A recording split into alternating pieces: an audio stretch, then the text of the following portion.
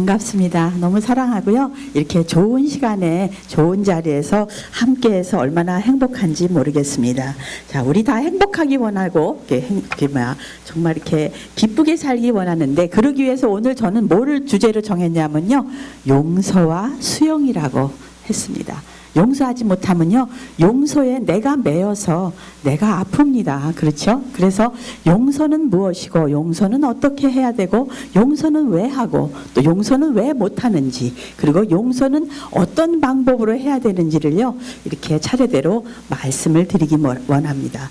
자, 용서 참 이렇게 요즘 신문에 시끄러운 사건이 있죠. 그죠? 큰 모기업 회장이, 그 기업이 한국에서는 최초로 주식을 상장했던 유명한 기업이었습니다. 근데 그 기업의 회장이 자살하는 사건을 요즘 신문에서 보실 것입니다. 왜 그분이 자살해요? 억울해서. 그죠? 살면서 억울한 일 한 번 안 당해보신 분 한 분도 없으실 거예요. 그죠? 억울한 일 다 당하면서 사셨을 것입니다. 왜 억울할까? 왜 억울할까? 그거 용서해버리면 간단한데 왜 용서 못할까? 용서는요, 쉬운 거 아니거든요. 쉽지 않은 거거든요. 그리고 용서해주는 것이 불공평한 것 같거든요. 그렇죠? 용서해주면 그 사람만 잘 될 것 같거든요. 참, 그래서 용서는 힘든 것입니다. 용서는 힘든 거. 옛날에 신문고라는 거 기억하시는지 모르겠어요. 정말 억울한 백성들이 임금 앞에 가서 자기 억울함을 호소하기 위해서 두드렸던 신문고죠. 그죠? 그런 게 얼마나 억울하면 그것이 거짓인 게 신문고를 두드렸는데 그 사건이 거짓인 것이 밝혀지면 그 사람은 사형을 당하는 일이었습니다. 신문고는요, 생명을 걸고 두드리는 북이었습니다. 내 생명이 떠나가는 한이 있어도 이거는 억울해서 용서할 수 없어서 내가 풀어야 되겠다. 그래서 하는 게 그런 것이었습니다. 지금도 그런 일 너무 많지요. 그죠? 그런 일 너무 많습니다. 자, 그런데 가족 간의 아픔은 어떻습니까? 다른 사람이 준 아픔보다 더 아픕니다.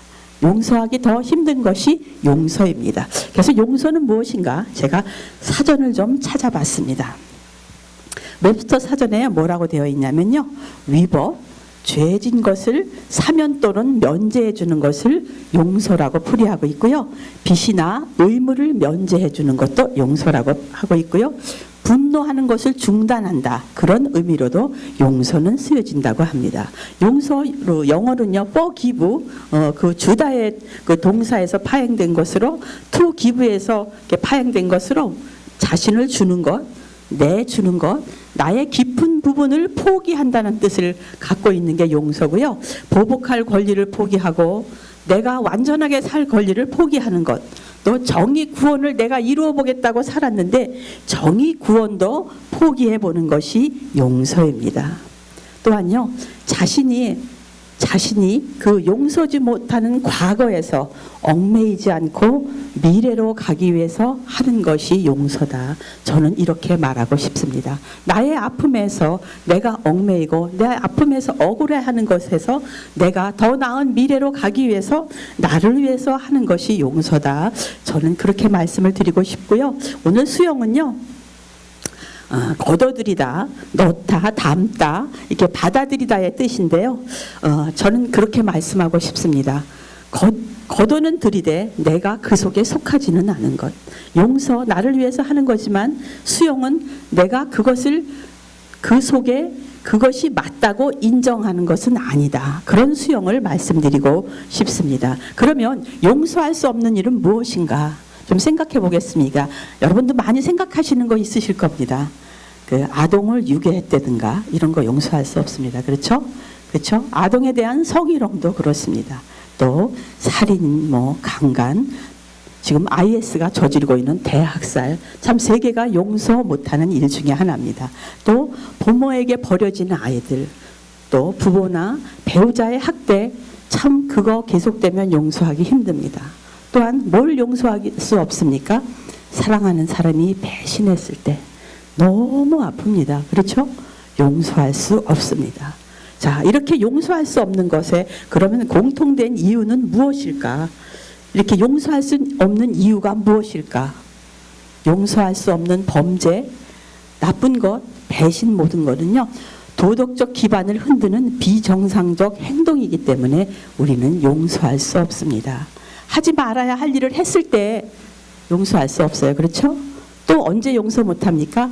해야 될 일을, 마땅히 해야 될 일을 안 했을 때, 부모가 자식을 낳았으면 키워야 되는데 그것을 버렸다던가, 또 배우자와 결혼해서 정말 사랑해야 되는데 정말 이상한 그렇게 폭행을 한다든지 배신을 했을 때 용서할 수 없습니다. 이랬을 때 용서할 수 없습니다. 그 배신은요, 이렇게 어떻습니까? 옳음을 그르다고 하는 거죠. 그름을 옳다고 하는 것, 그런 것에서 우리가 이렇게 그런 일을 당했을 때 용서할 수 없게 됩니다. 그러면서요, 용서할 수 없는 마음이 될 때 사람은요, 보통은 두 가지의 딜레마에 빠집니다. 자, 용서는요, 이렇게 내가 용서를 해주면, 야, 정의사회에서, 그 법이 있는 사회에서 내가 그 법을 거스리는 일은 아닐까, 이렇게도 생각할 수가 있습니다.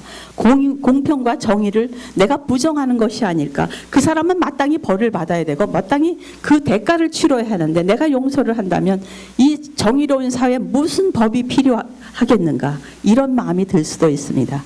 또 다른 편의 마음은 어떤 마음이 드냐면요, 특별히 착한 사람들이 그렇습니다. 착한 사람 증후군이라고 저는 말하고 싶습니다. 착한 사람 증후군에 빠진 사람들은요, 아, 내가 착한 사람인데 나는 용서해야지, 용서해야 착한 사람임에 마땅하지 하면서 자기 자신의 어떤 갈등, 딜레마에 빠지게 되는 것을 볼 수가 있습니다. 여러분은 용서할 일이 생겼을 때 어떤 마음이 생기는지 모르겠습니다. 또는 어떤 마음이 생기냐면요, 용서하지 않으면요, 복수하고 싶은 마음이 생깁니다. 그죠? 내가 용서해주면 저 인간만 잘 되는 꼴은 내가 볼 수가 없어. 세상에 다른 건 내가 다 참지만 저 인간이 잘 된다면 이게 세상이 아니지, 올바로 되는 세상이 아니지, 정의 구원이 되는 거지 아니지, 이렇게 하면서 이걸 어떻게 복수할까, 복수를 묵상하게 됩니다. 행복 공감 토크 콘서트인데요, 행복을 묵상하는 게 아니고 복수를 묵상하게 되면 어떻게 됩니까? 복수를 어떻게 할까? 어떻게 계획을 세울까? 어떤 시기에 할까? 어떤 방법으로 할까? 이렇게 생각을 하면서 나는 복수라는 감옥에 갇히게 되는 것입니다. 복수라는 감옥 속에서 내가 헤어나오지 못하면 결국 어떻습니까? 그래서 복수를 안 하게 되면 그나마 이제 괜찮지만, 복수를 하게 되면요, 나는 원수 앞에서 다시 내가 가해자의 위치에 서게 되는 것입니다. 복수는요, 나를 가해자의 위치에 세우는 것이고, 그리고 복수를 하면 상황이 회복되지 않습니다. 악순환만 되풀이되는 것을 볼 수 있습니다. 중국 영화, 무협 영화들을 보셨죠?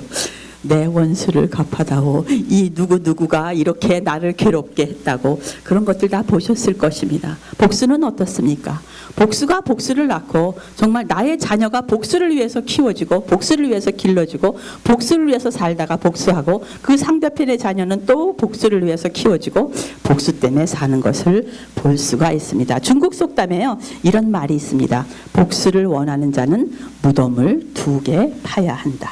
자, 복수를 원하는 자는요, 그 자기가 죽이려고 했던 사람 죽였으니까 그 사람 무덤을 파야 하고 자기 자신의 무덤을 파야 된다는 것입니다. 그래서요, 복수는요, 복수하고 나면 원수보다 더 못한 사람이 되고 맙니다. 그런데도 우리 안에는 왜 용서하지 못한 마음이 생길까?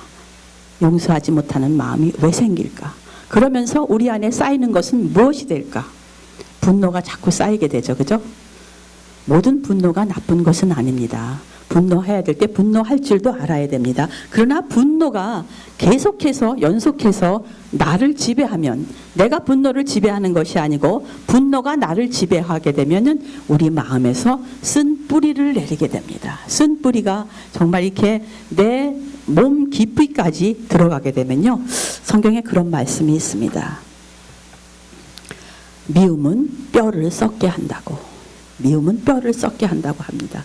분노에 사로잡혀서 내가 미워지면 내 안에 쓴뿌리가 만들면서 나를 망가뜨리게 된다는 것입니다.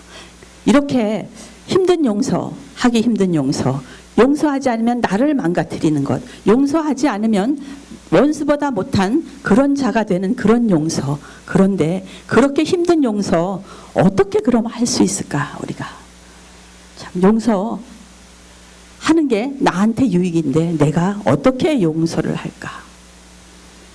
저는요, 한마디로 나 자신의 자존감의 회복이라고 말씀드리고 싶습니다. 자, 생각해 보기로 하겠습니다. 원수보다 나는 소중합니다. 그렇죠? 원수보다 나는 소중합니다. 자, 내가 미워하는 그 미움보다 나는 소중한 사람입니다. 그렇죠? 내가 갚아야 하는 그것보다 나는 소중한 사람입니다. 이번에 자살을 하신 기업의 회장님이 돌아가셔서 저는 더 억울할 거라고 생각합니다. 그 가족들이. 자, 내가 없으면 아무것도 없습니다. 나는 소중한 사람입니다. 그래서요, 환경의 영향을 받지 않는 훈련이 우리한테 필요한 것입니다. 나쁜 자가 나쁜 말을 했다고 치자고요. 나쁜 자가 그 입술을 나쁜 것에 이용당해서 나쁜 말로 나한테 상처를 주었습니다. 그러면 그 사람은 나쁜 자한테 이용을 당한 것입니다. 이용을 당해서 나를 아프게 하기 위해서 그가 나쁜 말을 한 것입니다. 그런데 그 나쁜 말 때문에 내 마음이 상처를 받으면 어떻습니까? 그 사람의 작전은 성공한 겁니다.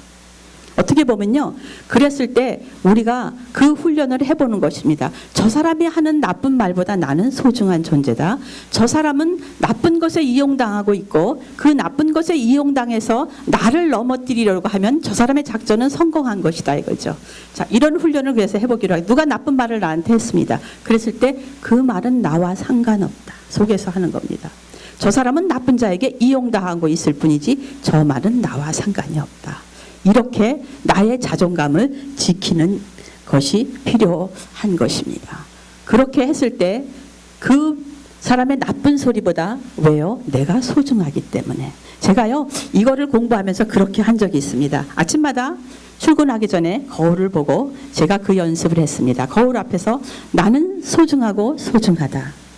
나는 이 세상에 무엇보다 소중하고 소중하다. 그 훈련을 했습니다. 그러면서 세상에서 어떤 일을 만나더라도 그 어떤 일보다도 나는 소중하기 때문에 그것 때문에 상처받지 않겠다라는 훈련이 필요합니다.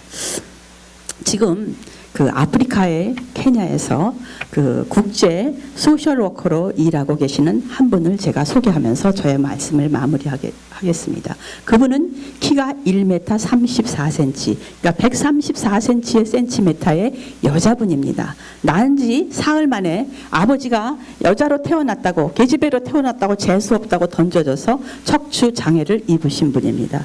그러면서 자랐습니다. 그 아이가 자라면서 들은 말은, 엄마한테 들은 말은 재수없는 년, 못생긴 년, 너 때문에 집안이 안 된다, 너는 태어나지 말아야 될 자식이었다, 이런 말을 듣고 자랐습니다. 남한테 그런 말을 들어도 아마 용서할 수 없을 것입니다. 그런데 나를 낳은 부모가 그런 말을 수없이 했을 때 얼마나 자기 자신에 대한 자괴감이 느껴졌을까 싶습니다. 그러다가 국민학교 졸업할 즈음에 아버지가 자살하고 어머니는 교통사고로 머리를 다치면서 정신 이상이 됩니다. 그러면서 그 1m 34cm의 작은, 정말 그때는 소녀죠. 처녀도 안 됐을 때 남의 집에 3만 원짜리 가정부로 가게 됩니다. 가정부로 일하면서 수없이 나는 언제 죽을까? 나는 언제 죽을까? 나는 태어나지 말아야 될 자식이었고 재수없는 자식이었고 병신이고 내가 언제 죽을까만 생각을 했답니다. 그러면서 어떤 분의 도움으로 편물 기술을 배우게 되었습니다. 그러면서 편물 기술을 배우는데 이제 그 편물 기술을 배우다가 그 선생님이 그 김혜영 씨를 보고 한마디 했습니다. 혜영이가 하나님을 알고 살았으면 좋겠는데 어떻게 인생을 살아갈까 하는 한마디를 들었습니다. 혜영아, 네가 하나님을 알고 살았으면 좋겠는데 네가 어떻게 살까? 그 사람은요, 세상에서 자기를 걱정하는 소리를 생전 처음 들은 겁니다. 그래서 정말 하나님을 만나게 되고 변화되면서 어떻게 되었냐면요, 내가 장애가 된 것도 나의 잘못이 아니라는 것은 자존감이 회복되기 시작한 겁니다. 내가 여자로 태어난 것도 나의 잘못이 아니라는 것, 그것을 회복하기 시작했습니다. 회복하기 시작하면서 지금은 정말 이렇게 다시 공부를 해서 아프리카에 정말 미국 와서 다시 공부하면서 이렇게 소셜워커로 일하고 계신 분입니다. 자, 환경을 탓하고 그 환경보다 내가 소중하다고 생각하는 사람은 환경을 이길 수 있습니다. 우리의 환경 속에는요, 여러 가지 사람이 삽니다. 나를 도와주는 사람도 있습니다. 나한테 무관심한 사람도 있습니다. 그리고 나를 해하려고 어떻게든지 권모술수를 쓰는 사람들도 있습니다. 직장 생활을 하거나 비즈니스를 하실 때 이런 일을 많이 만나실 것입니다. 그러나 그 환경 때문에 넘어진다면 나는 나의 자존감을 환경한테 져주고 마른 것입니다. 여러분이 어떤 환경을 만나든지 여러분은 그 환경보다 소중한 분들입니다. 소중한 분들입니다. 시간이 되시고 제 마음에 감동이 되신다면 저처럼 매일 아침 출근하기 전에 거울 앞에서 연습을 해보시는 것도 좋으실 것입니다. 나는 소중하고 소중하다. 나는 세상의 어떤 문제보다 소중하고 세상의 어떤 그 악인보다 소중한 사람이기 때문에 내가 그들이 나를 어떤 육신적이나 물질적으로 공격을 할지라도 나는 내 자신마저 무너뜨리지 말자는 훈련이 필요합니다. 왜요? 나는 세상의 모든 것보다 정말 이렇게 소중한 존재이기 때문이다. 그러면서 그런 문제를 내가 수용하고 들어가는 것입니다. 수용하되 내가 그 속에 들어가는 것은 아닙니다. 내가 수용한 그 문제 속에 절대 빠지면 안 되는 것입니다. 용서하고 수용하되 그 자리에 빠지지 마시고 여러분의 삶을 정말 행복한 삶으로 어떤 일을 만나도 긍정적인 삶으로 이기는 여러분 되시기를 바랍니다. 말씀 맺겠습니다. 한번 해보시겠습니까? 나는 소중하고 소중하다. 한번 해보십시오. 나는 소중하고 소중하다. 세상의 어떤 문제보다 내가 더 소중하다. 문제보다 내가 더 소중하다. 그렇습니다. 여러분은 행복할 권리가 있고 소중하신 분들입니다.